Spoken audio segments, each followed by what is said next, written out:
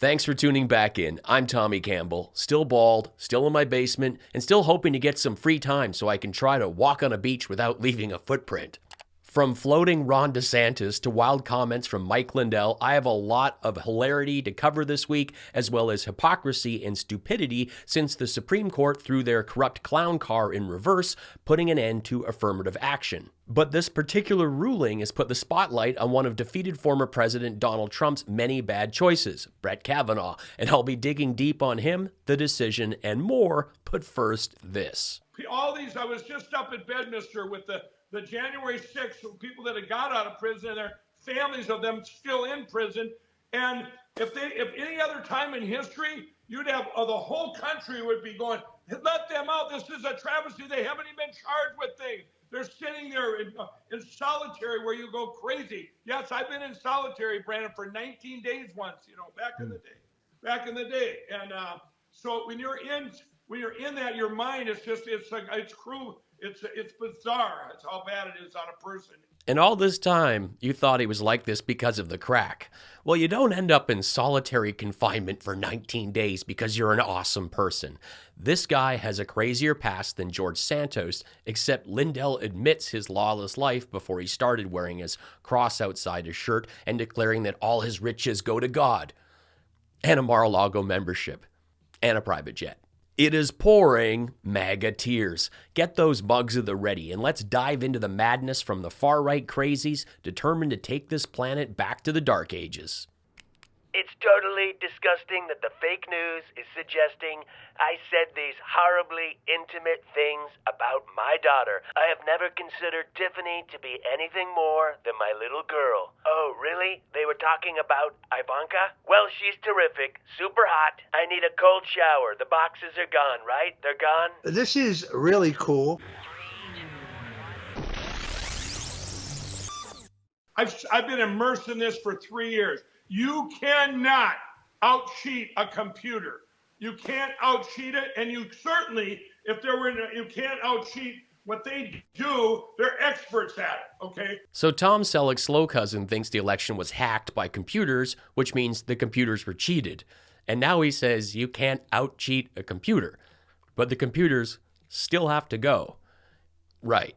There have been a lot of hilarious and hot takes on this photo of Ron DeSantis at the beach. Is he so light that he doesn't leave any footprints? I mean, did he walk into the shot from the camera? It's possible. Or was this a total Photoshop job and the pair are just superimposed on a beach? Most likely. I'm thinking Casey's dress goes all the way down to the sand so they could dig a hole for her feet to go in so Ron could appear taller next to her, even though he's going to pretend he's on high heels on one foot. I mean, what is this? What are you doing, Ron? Just ridiculous. I can't tell if they're pushing a dodgy supplement or if this is a poster for a rom-com produced by Kevin Sorbo. My Big Fat Disney World Wedding. The Pudding Finger.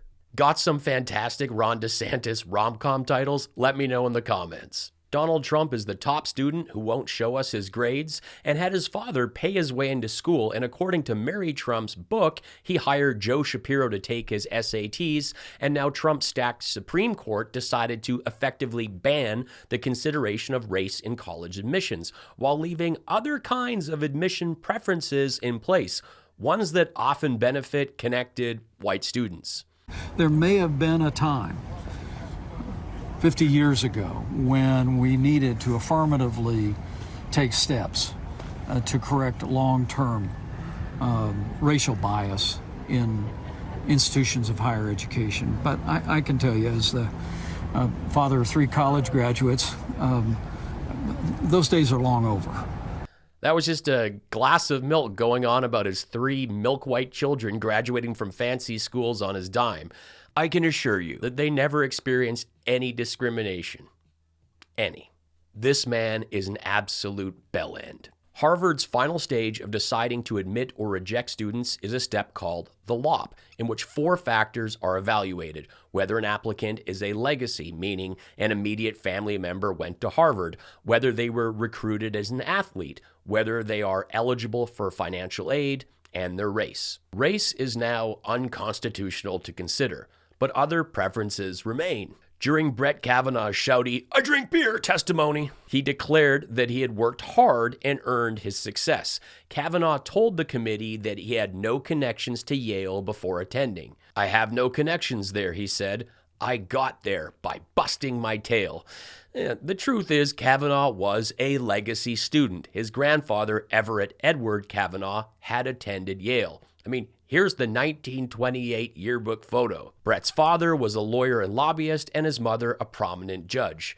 This isn't someone who started working 40 hours a week when he was 14. For decades, the court held that schools could consider race as one of their many factors in the holistic review of an applicant, a consideration that could help foster diversity on campus. Alexandria Ocasio-Cortez said, if SCOTUS was serious about their ludicrous colorblindness claims, they would have abolished legacy admissions, aka affirmative action for the privileged. Thank you. I see every tip that comes through, from pennies to dollars. They are hugely appreciated and help make this show possible.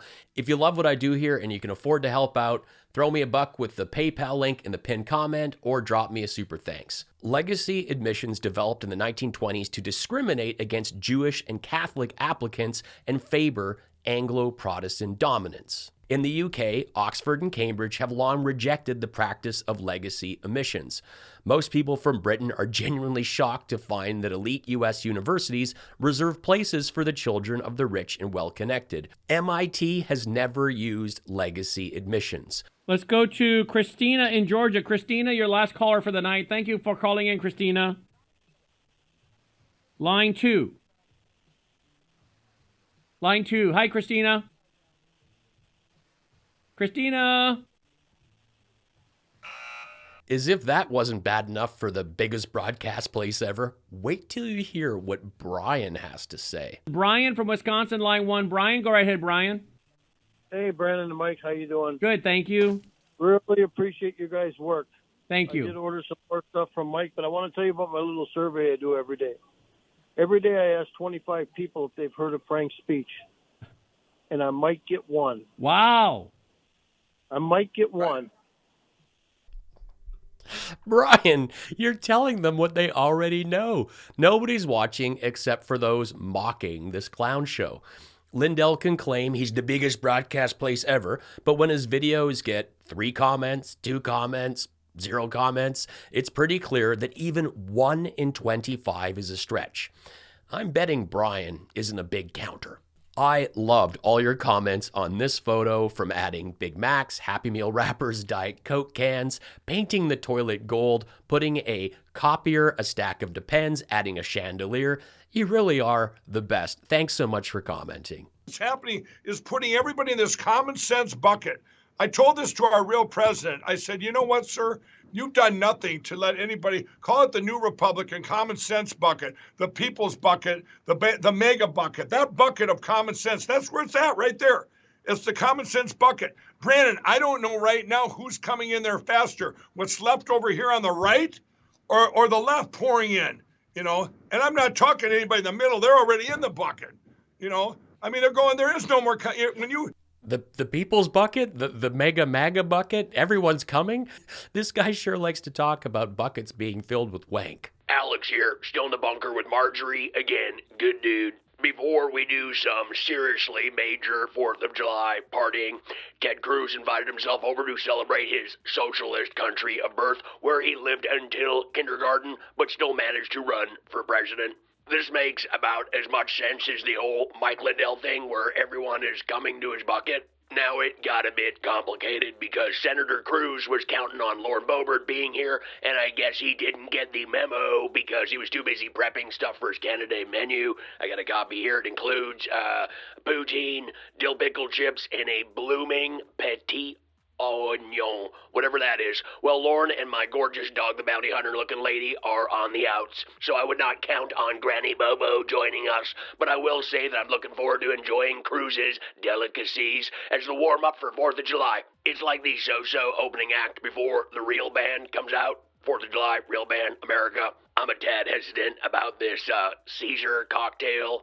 Ted swears by, but I'm also pumped to be trying some socialist beer and to see my stunner MTG in the F. Trudeau bikini she received as a care package from the white nationalist freedom convoy truckers who wear no fear shirts but are terrified of science and logic.